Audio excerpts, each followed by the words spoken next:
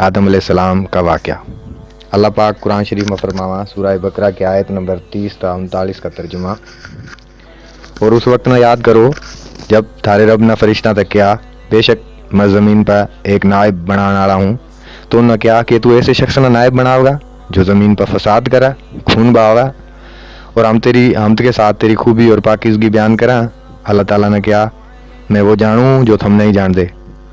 और उसने आदम अलैहिस्सलाम ता सारी चीज़ों के नाम सिखा दिए। फिर उस फरिश्ता के ऊपर पेश करा और फरमाया मैंने इन चीज़ों के नाम बताओ अगर तुम सच्चे हो।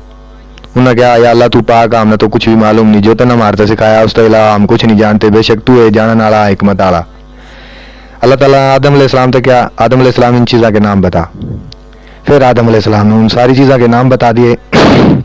अल्लाह ताला ने फरमाया मैंने थार क्या कौन था, बेशक मैं आसमाना और ज़मीना के गैब की बातें न जानूँ और मैं वो जानूँ जो तुम जाहिर करो और जो तुम छुपाओ।